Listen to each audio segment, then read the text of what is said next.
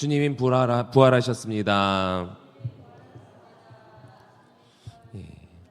예수님이 부활하셨기 때문에 우리가 이 자리에서 감사함으로 하나님께 예배 드릴 수 있는 줄 믿습니다. 아니었으면 우리도 양 데리고 또 염소 데리고 소 데리고 피해 제사를 드려야만 하지 않았을까. 그런 번거로움을 하나님께서 모두 다 사라지게 해주시고 예수 그리스도로 말미암아 단번에 주의 성소 가운데 나갈 수 있는 그 은혜가 얼마나 감사한지요. 우리가 지난 주일날 그것을 기리는 또 부활주일을 보냈습니다. 그런 하나님의 은혜가 부활절만 아니라 날마다 우리 가운데 부활의 기쁨이 임하기를 소망합니다. 오늘 본문 말씀입니다. 오순절의 제자들에게 강한 성령의 역사가 나타나서 각 나라의 방언으로 하나님께서 행하신 일들이 이 제자들을 통해서 앞에 본문을 보면 이제 선포가 된 상황입니다. 각국에서 온 유대인들이 다 자기가 살고 있는 나라의 말로 이 제자들의 방언을 통하여서 메시지를 하나님 예수님께서 다시 살아나셨다라는 그 메시지를 듣는 거예요. 이 사람들 입장에서 얼마나 놀랐겠습니까? 그런데 한쪽에서는 이 메시지를 듣고 놀라는 한편 다른 한쪽에서는 사람들이 술에 취했다, 뭐 하는 거냐? 라고 이 성령의 역사를 부인하는 사람들이 있었습니다. 그러자 이 베드로가 선지자 요엘의 말씀을 통해서 이 모든 일이 하나님의 역사다라는 것을 앞에 본문 17절에서 21절 보면은 이것을 선포했습니다. 그러면서 그에 대한 증거로 오늘 본문에서 세 가지 내용을 전하는데요. 첫 번째로는 하나님의 증거로서 예수님의 부활이 분명하다. 두 번째로는 유대인들이 가장 위대하게 생각하는 왕이 역대 왕이 누굽니까? 다윗이죠. 다윗 왕이죠.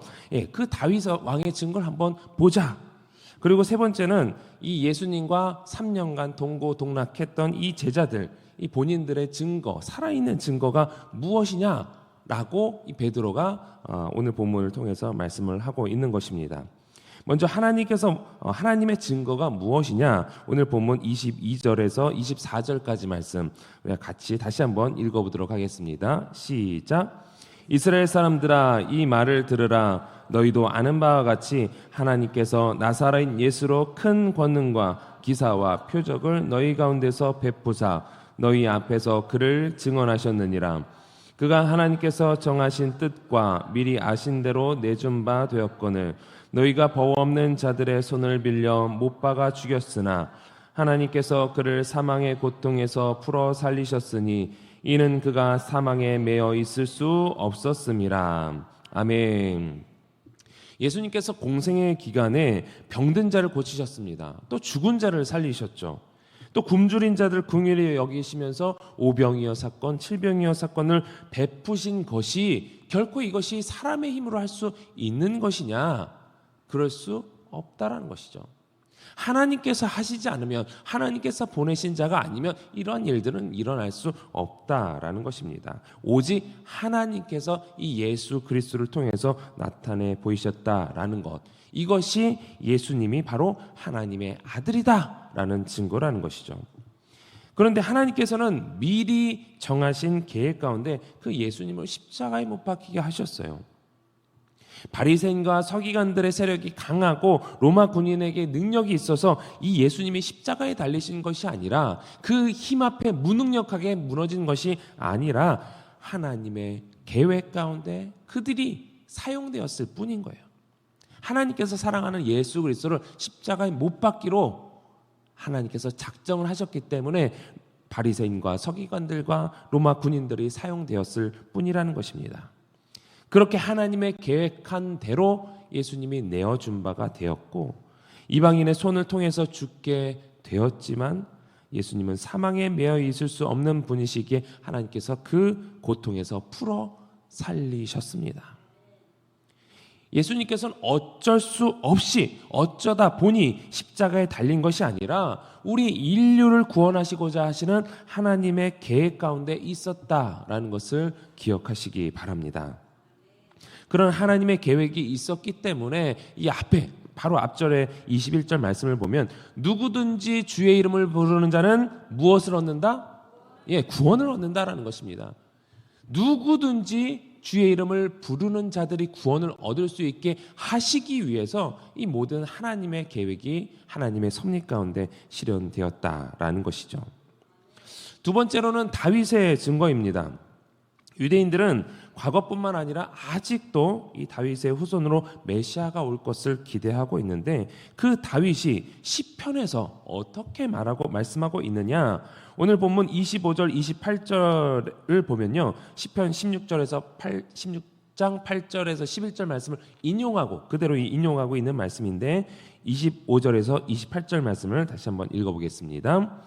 다윗이 그를 가리켜 이르되 내가 항상 내 앞에 계신 줄을 배웠으며 나로 요동하지 않게 하시기 위하여 그가 내 우편에 계시도다. 그러므로 내 마음이 기뻐하였고 내 혀도 즐거워하였으며 육체도 희망에 거하리니 이는 내 영혼을 음부에 버리지 아니하시며 주의 거룩한 자로 썩음을 당하지 않게 하실 것이미로다. 주께서 생명의 길을 내게 보이셨으니 주 앞에서 내게 기쁨이 충만하게 하시리로다 하였으므로. 이 인용된 시편 16장 8절에서 11절 말씀은요, 대표적인 메시아 예언에 대한 기록 중 하나로 메시아의 부활에 대한 내용입니다. 부활 사상은 사실 구약 시대, 이 베드로가 설교하고 있는 이 당시 시대까지만 해도 백성들에게 이 뚜렷하게 정립되지 않았었습니다. 그렇지만 다윗은, 특히 이 구약 시대에 살고 있었던 이 다윗은 1차적인 의미에서 본인이 죽음의 위기에서 벗어나는 것을 기록한 것이고, 이제 사울의 계속된 위협에서 벗어나지 않았습니까? 그 위기에서 벗어나는 것을 1차적으로 기록한 것이고요. 사실 궁극적으로는 이 부활에 대한 것을 의미했다 할 수가 있습니다. 마지막 28절을 보면은 생명의 길이란 것은 영원한 생명이죠. 영원한 생명으로 나가는 것을 의미하는데, 다윗은 이 땅에서 불과 몇십 년을 살다가 죽는 짧은 생명을 가리켜서 생명의 길이다라고 표현한 것이 아닙니다. 궁극적인 구원, 곧 부활을 내다보면서 이 표현을 사용한 것이에요. 다윗은 주님께서 보여주신 이 생명의 길을 보았던 것입니다. 그로 인해서 그 생명의 길이 다윗에게 보여졌기 때문에 기쁨이 충만하게 된 거예요. 그냥 자신이 어떤 그냥 크고 작은 위기에서 벗어나서 기쁨으로 충만하게 된 것이 아니라 이 궁극적인 생명의 길을 다윗은 이미 이때 보았다는 것이죠. 이렇게 주님 안에서의 기쁨, 이 영원한 즐거움은 세상에서 잠깐 맛보는 그런 즐거움과는 전혀 다릅니다. 전혀 달라요. 세상에서 얻는 즐거움은 잠시뿐이죠. 잠깐 행복했다 끝이에요. 그때뿐입니다. 또 그것들은 금방 사라지고 마는 것인데, 내가 즐기던 그 대상이 또 사라지면, 또 내가 그것을 누릴 수 없는 상황이 되면 그 기쁨은 같이 사라질 수밖에 없죠. 허무할 수밖에 없습니다. 혹시 여러분들께서는 어떤 것을 가지고 즐거움을 느끼고 있는지 한번 생각을 해 보십시오. 그것을 얻기 위해 또 얼마나 많은 세상적인 방법으로서 싸우면서 다른 일들과 갈등을 겪고 있는지 한번 생각해 보십시오. 주님 아닌 그 외에 다른 것으로 내가 기뻐하고 있다면 그 기쁨을 또 쟁취하기 위해서 내가 얼마나 치열한 싸움을 했는지, 또 그 기쁨이 과연 유지되고 있는지를 한번 생각해 본다고 한다면, 예수님을 믿는 우리들은 오직 예수 그리스도 안에 있는 참 기쁨을 누리고 있음에 감사해야 될 줄 믿습니다. 그런 주님 주신 기쁨으로 늘 충만하시기를 주님의 이름으로 축원합니다. 그런데 27절의 말씀처럼 이것이 음부에 버림받지 않고 썩지 않게 되는 것은 다윗에게 해당되는 것이 아니죠. 다윗에게 해당되는 게 아니에요. 그래서 29절 말씀을 보면요, 함께 읽어봅니다. 형제들아, 내가 조상 다윗에 대하여 담대히 말할 수 있노니 다윗이 죽어 장사되어 그 묘가 오늘까지 우리 중에 있도다. 아멘. 다윗은 이미 죽었다는 거예요. 확실하게 그 묘가 우리가 아는 그 무덤에 분명히 있지 않느냐, 확실하게 죽었다는 것이죠. 그러면 이 시편 16편 8절에서 11절에 해당하는 이 내용은 다윗에 대한 내용이 아니라 예수 그리스도에 대한 예언이다 라는 것을 베드로는 변증하고 있는 것입니다. 하나님께서 다윗이 선지자로서 메시아의 부활을 알게 하시고 또 선포하게 하셨다는 것인데 30절, 31절 말씀입니다. 그는 선지자라 하나님이 이미 맹세하사 그 자손 중에서 한 사람을 그 위에 앉게 하리라 하심을 알고 미리 본고로 그리스도의 부활을 말하되 그가 음부의 버림이 되지 않고 그의 육신이 썩음을 당하지 아니하시리라 하더니 아멘. 예, 그는 선지자. 다윗을 향해서 이제 베드로가 말한 거죠. 그는 선지자다 하면서 자신의 자손 중에서 이 다윗이 메시아가 나온다는 것을 알았고 그가 부활할 것을 알고 27절의 내용을 언급했다라는 것입니다. 다윗이 성전 건축에 대한 소망을 가졌을 때 하나님께서는 나단 선지자를 통해서 이렇게 말씀하셨죠. 사무엘하 7장 12절 16절 말씀입니다. 내 수완이 차서 내 조상들과 함께 누울 때에 내가 내 몸에서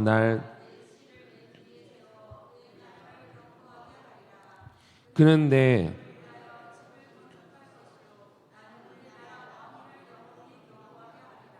나는 그에게 아버지가 되고 그는 내게 아들이 되리니 그가 만일 죄를 범하면 내가 사람의 매와 인생의 채찍으로 징계하려니와 내 집과 내 나라가 내 앞에서 영원히 보존되고 내 왕위가 영원히 견고하리라 하셨다 하라. 네, 이런 말씀 가운데 다윗은 메시아의 부활을 말할 수 있었던 것입니다. 마지막으로 이렇게 구약에 예언된 메시아의 부활 사건을 누가 목격했습니까? 수많은 사람들이 목격했고 가까이서는 제자들이 그것을 목격했죠.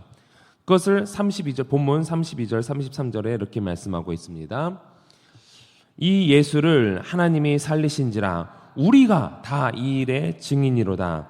하나님이 오른손으로 예수를 높이심에 그가 약속하신 성령을 아버지께 받아서 너희가 보고 듣는 이것을 부어주셨느니라. 아멘. 부활하신 예수님을 하나님께서 높이셨고 약속하신 성령을 우리에게 보내셔서 우리가 성령 충만함을 받아서 너희가 이상하게 여기는 이 방언의 역사 등을 듣고 보게 된 것이라는 것입니다. 다방면에서 하나님의 언약이 성취되고 있는 지금의 상황이라는 것이죠. 예수님을 통해서 나타난 모든 것들이 하나님의 역사가 분명하고 그가 메시아라는 것이 하나님의 증거를 통해서 또 그들이 위대한 왕으로 여기는 이 다윗의 증거를 통해서 그리고 제자들의 증거를 통해서 분명히 나타나고 있다라는 것을 선언하면서 베드로는 마무리에 이렇게 선포하고 있습니다. 36절 말씀입니다. 시작. 그런즉 이스라엘 온 집은 확실히 알지니 너희가 십자가에 못 박은 이 예수를 하나님이 주와 그리스도가 되게 하셨느니라. 아니라. 아멘. 예수를 핍박하며 십자가에 못 박게 놔둔 것이 바로 너희들인데 하나님의 말씀대로 그가 부활하셔서 주와 그리스도가 되게 하셨다. 무슨 얘기예요?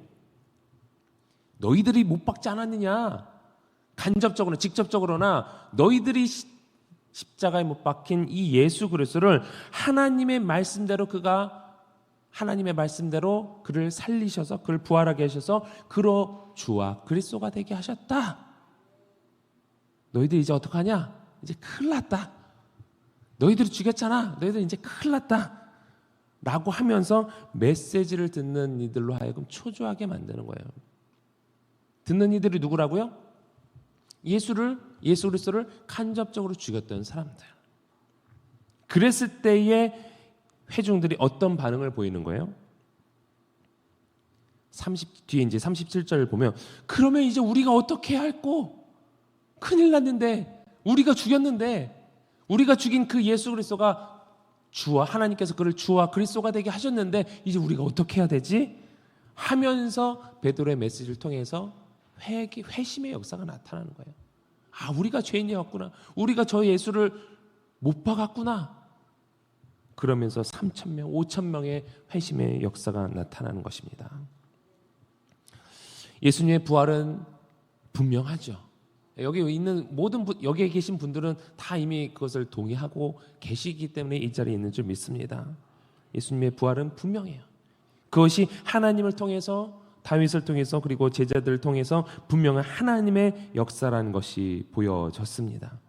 분명한 예수님의 이 부활 사건에 대한 반응으로 베드로는 본인의 분명한 체험적 신앙과 또 함께 신학적으로도 분명한 예수님의 부활을 확신하고 있기에 이렇게 담대하게, 본인이 사실 증거예요.